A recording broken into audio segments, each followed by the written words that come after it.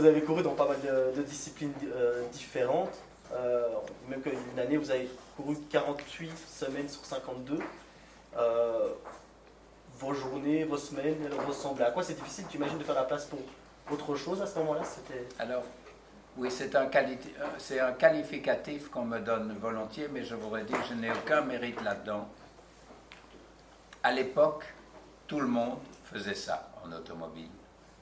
Nous étions plus des mercenaires que des professionnels. À savoir des mercenaires, il y a des époques où j'ai roulé pour Ferrari en F1, pour Ford en endurance. On pouvait tout faire, des courses de voiture tourisme, de la Formule 2. Pourquoi?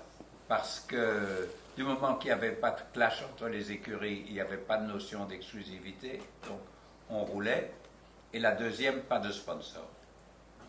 Le sponsor met un frein, l'exclusivité du sponsor met un frein à la possibilité de faire plusieurs choses en même temps. Et aujourd'hui, on ne peut pas envisager un programme et personne ne vous signera pour une saison si vous n'êtes pas consacré uniquement et dédié uniquement à ce choix que vous avez fait. Et puis, mais les classes restent les mêmes. Il faut franchir des étapes, la Formule 3, Formule 4, Formule 3, Formule 2.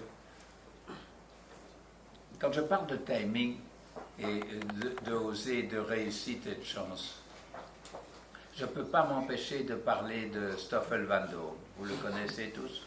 Et on l'a eu d'ailleurs. Vous l'avez eu? Oui.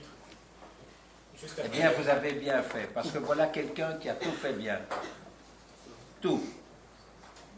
Multilingue, anglais, néerlandais, français.